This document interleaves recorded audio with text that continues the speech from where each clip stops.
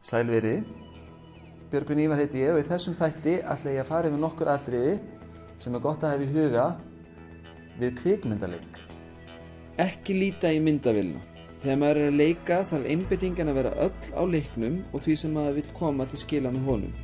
Leið og maður þarf að vera meðvitaður hvar myndavélin þá þarf maður líka að geta gleymt henni algjörlega. Já, maður þarf að vera meðvitaður hvar myndavélin og hvernig myndskeiðið er rammað inn sem verið að taka upp. Ef það verið að nota vítt sjónarhorn á það sem að gerast, þá skiptir líkamstjáning meira máli en þegar nærmynd af andliti að ræða. Ef einungis á að taka upp atriði frá víðu sjónarhorni, kannski ástæðulaust að setja orkun í það að tjá sig með hreyfingum uppbrúna, en ef tekið upp með þrengra sjónarhorni eins og algengast í kvikmyndum, þá fer tjáningin að mjög miklu leyti fram í andlitinu.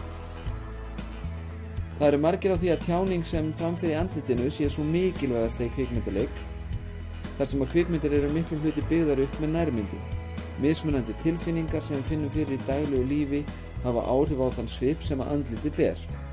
Í leik þá hægt að æfa sig með því að setja upp svipi sem að lýsa ákveðnum tilfinningum einfaldlega með því að þekkja þá og æfa sig að setja þá upp til dæmis fyrir fram að speil.